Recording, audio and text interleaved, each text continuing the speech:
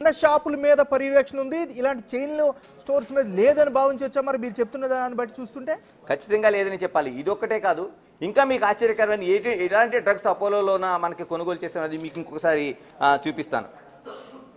ఒకసారి ఇంకొక డ్రగ్ది మనం చూస్తున్నాం.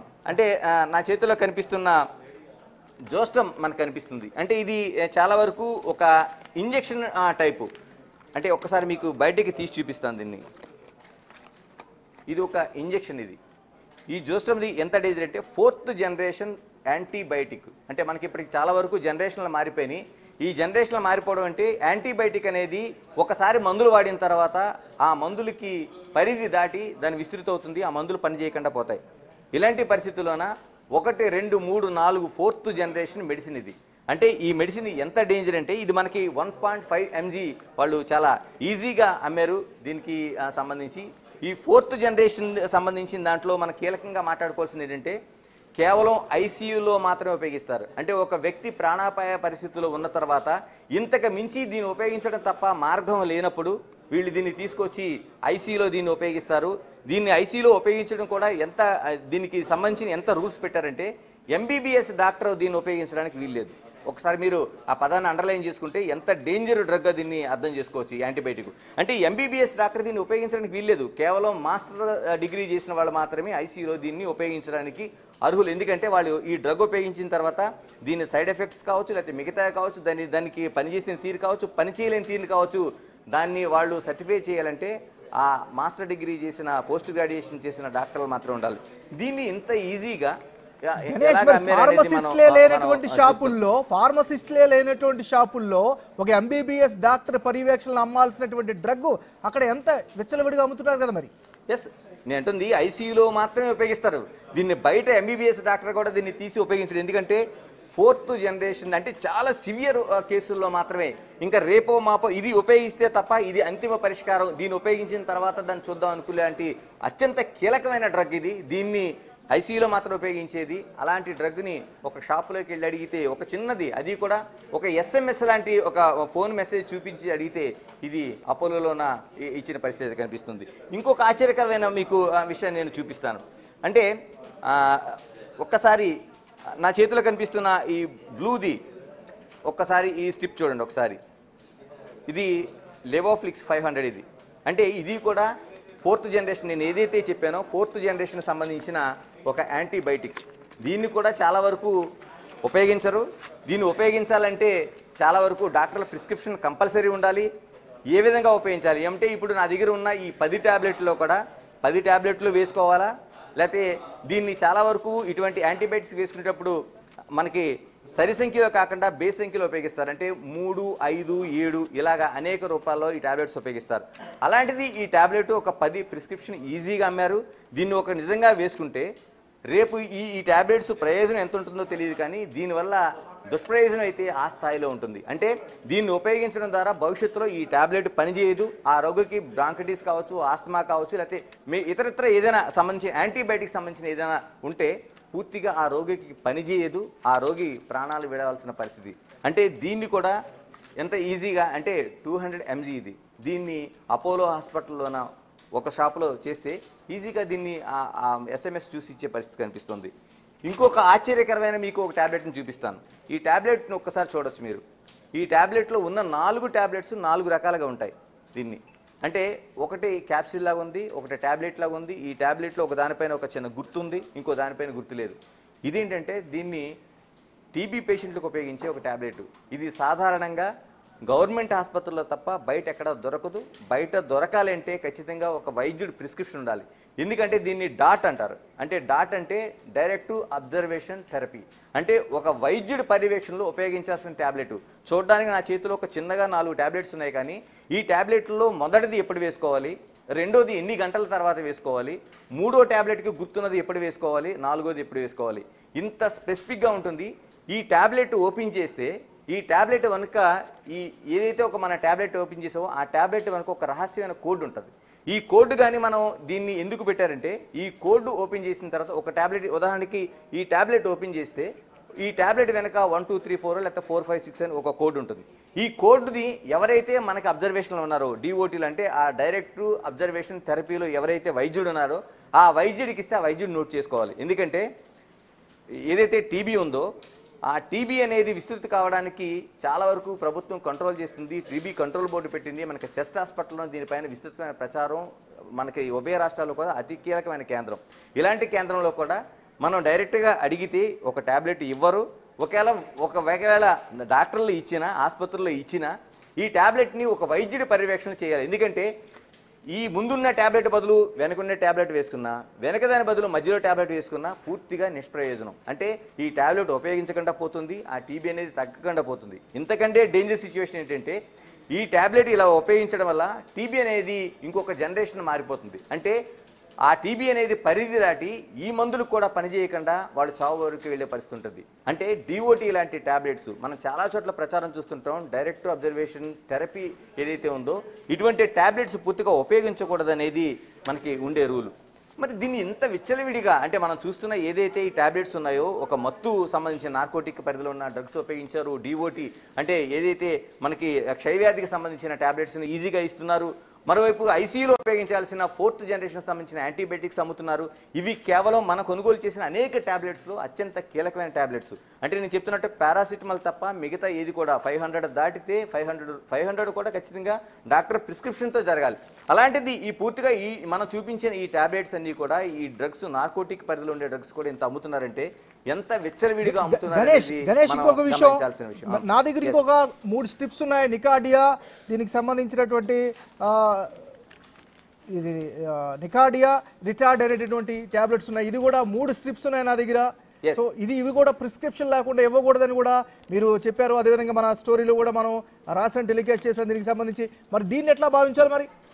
ఎస్, అంటే ఇవి కూడా మీ చేతిలోనే కూడా అవి మత్తుకు సంబంధించినవే. అంటే ఒక మానసిక స్థితిలో ఉండే రోగి కావచ్చు, లేకపోతే ఒక అంటే ఆ రోగికి సంబంధించిన బాధ కావచ్చు, లేకపోతే మిగతా సర్జరీస్ తర్వాత కావచ్చు, ఇటువంటిది ఒక సడేషన్ అంటే కొద్ది రోజులు మత్తులో ఉన్న తర్వాత వాళ్ళు కోలుకోవడానికి ఉపయోగించే ట్యాబ్లెట్స్ లాంటివి. అంటే ఇవి ఖచ్చితంగా వైద్యుడి పర్యవేక్షణలో మీ చేతిలో ఉన్నది ఏదైతే ఉందో ఆ ట్యాబ్లెట్ మనకి బ్లూ కలర్లో కనిపిస్తున్న ట్యాబ్లెట్ ఏదైతే ఉందో ఇది కూడా ఆల్ఫాజాలం సంబంధించిన డ్రగ్గే. ఆ డ్రగ్ కూడా దాన్ని పూర్తిగా అంటే వైద్యుడి పర్యవేక్షణలో మాత్రమే ఎప్పుడు వేసుకోవాలి, ఎన్ని గంటల తర్వాత దాన్ని ఉపయోగించాలనేది కీలకంగా కనిపిస్తుంది. అయితే మనం ఇక్కడ ఇంకోటి అపోలో హాస్పిటల్ సంబంధించిన మనం ప్రతిదీ అంటే ఎన్ని ట్యాబ్లెట్స్ కొన్నామో అన్ని ట్యాబ్లెట్స్ కూడా మనం దీనికి సంబంధించిన బిల్ తీసుకున్నాం. వాళ్ళు దానికి పూర్తిగా ఒక బిల్ అయితే ఇచ్చారు. దీంతోపాటు దీంట్లో మనకి కనిపిస్తున్నది ఆల్ఫాజల్కి సంబంధించింది కూడా మనకు కనిపిస్తుంది. దీనికి కూడా వాళ్ళు బిల్ ఇచ్చారు. అంటే ఒకటి సింగిల్ దానికి సంబంధించి ఒక 15 స్ట్రిప్పు దాదాపు సంబంధించి ఇలా మనం 3-4 షాపుల్లో కొనుగోలు చేసాం. ఇక్కడ మనం గమనించాల్సింది ఏంటంటే ఈ ఆల్ఫాజాలం అనేది వైద్యుడి ప్రిస్క్రిప్షన్ ఉండాలి, ఆయన పర్యవేక్షణ ఉండాలి. రెండవది ఈ జిరాక్స్ కాపీ ఆయన ఏదైతే ప్రిస్క్రిప్షన్ ఇచ్చిన జిరాక్స్ కాపీ ఉండాలి. ఆయన ఫోన్ నెంబర్ నోట్ చేసుకోవాలి, కొనుగోలు చేస్తున్న రోగి ఫోన్ నెంబర్ నోట్ చేసుకోవాలి, చిరునామా నోట్ చేసుకోవాలి. దీనంతా డ్రగ్ కంట్రోల్ ఏదైతే ఉందో దీనికి ప్రతి నెల సబ్మిట్ చేయాలి.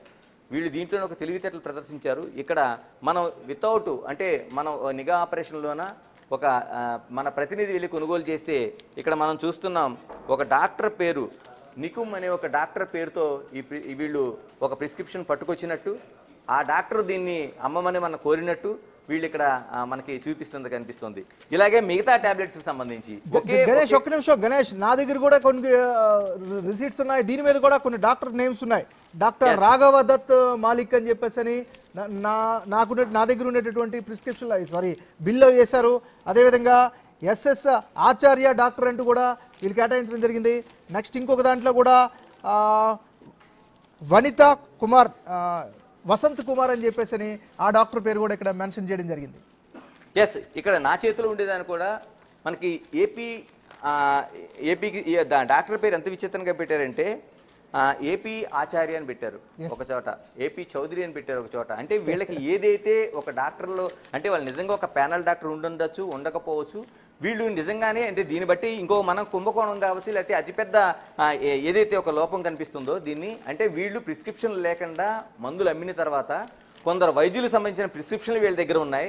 వాళ్ళు దానికి సంబంధించిన వాటిని నోట్ చేసి వాళ్ళ దగ్గర ఒక జిరాక్స్లు చేసి ఏదైతే డ్రగ్ కంట్రోల్ అథారిటీ రేపు పొద్దున సబ్మిట్ చేయమన్నప్పుడు కానీ ఆకస్మికంగా దాడులు చేసినప్పుడు కానీ వీటిని సబ్మిట్ చేస్తున్నారని మనకి ఇప్పుడు అంతర్లీనంగా మనకి ఒక కీలకమైన సాక్ష్యంగా మనకు కనిపిస్తుంది. అంటే ప్రీ ప్లానెడ్ గా చేస్తున్నారు అనుకోవచ్చా? పక్కాగా ఎస్, ప్రీ ప్లాన్డ్ గా వీళ్ళు రేపొద్దున్న దాడులు జరిగినా మేము పలానా డాక్టర్ ప్రిస్క్రిప్షన్ ఇచ్చారు ఇదిగో అని చూపించడం కోసం ఆధారంగా ఇలాంటి డాక్టర్ల పేర్లు దీనిపైన నమోదు చేస్తున్నారు. ప్రిస్క్రిప్షన్ లేకపోయినా అంటే వీళ్ళ దగ్గర ఆ డాక్టర్ సంబంధించిన సంతకంతో ఉండే ప్రిస్క్రిప్షన్స్ కావచ్చు, ఒక ప్యానల్ డాక్టర్స్, ఎందుకంటే అపోలోకి సంబంధించిన అతిపెద్ద వ్యవస్థ నడుస్తూ ఉంది. అపోలో మీ దగ్గర ఏపీ ఆచార్య ఉంటే నా దగ్గర ఎస్ఎస్ ఆచార్య అనే పేరు డాక్టర్ పేరుతో నా దగ్గర ఏపీ ఆచార్య ఉంది, మీ దగ్గర ఎస్ఎస్ ఆచార్య ఉంది. అంటే ఇలాగ నిజంగానే ఈ డాక్టర్లు ఉండుండొచ్చు.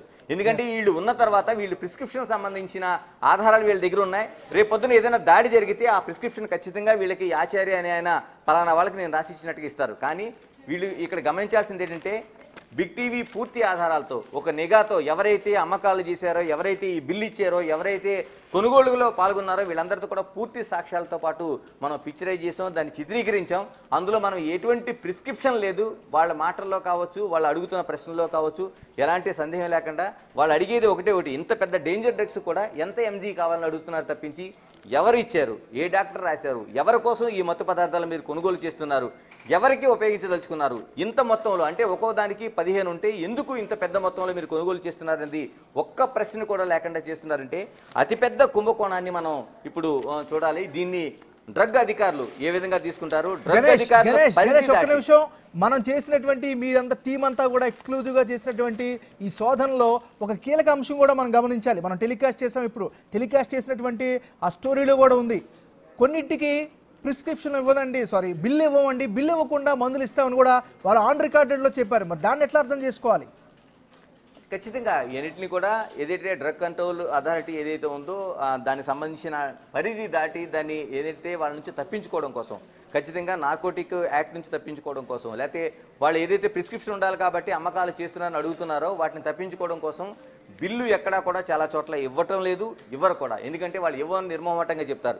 కాకపోతే కొన్ని చోట్ల ఈ అపోలో లాంటి చోట అక్కడ ఉండేది వాళ్ళు ఎంప్లాయీస్ కాబట్టి వాళ్ళు ప్రతిదానికి లెక్క చెప్పాలి కాబట్టి వాళ్ళు ఈ విధంగా మనకి బిల్లు అంటే కీలకమైన డేంజర్ డ్రగ్స్ కూడా బిల్లు ఇస్తున్న పరిస్థితి కనిపిస్తుంది. చాలా వరకు దాదాపు 30 to 40% ఇటువంటి డ్రగ్స్ అమ్మేటప్పుడు మిగతా చాలా వరకు మనకి దాన్ని వాళ్ళు లూజ్ సేల్ అంటారు, కౌంటర్ సేల్ అంటారు, దానికి పెట్టుకున్న పేరు వాళ్ళు.